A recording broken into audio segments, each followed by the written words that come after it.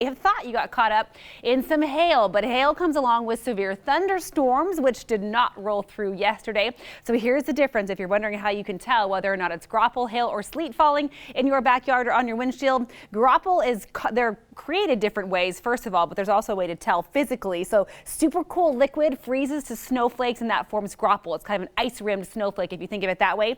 It appears milky like what you see here in this picture, but it's very soft. Hail, on the other hand, is kind of a hard ball of ice. It's raindrops that are taken up into the cold atmosphere by these thunderstorms, and then they form layers and layers of ice. They're milky looking, but hard. So you can tell the difference if you pick them up. Graupel will be very soft, hail not so much.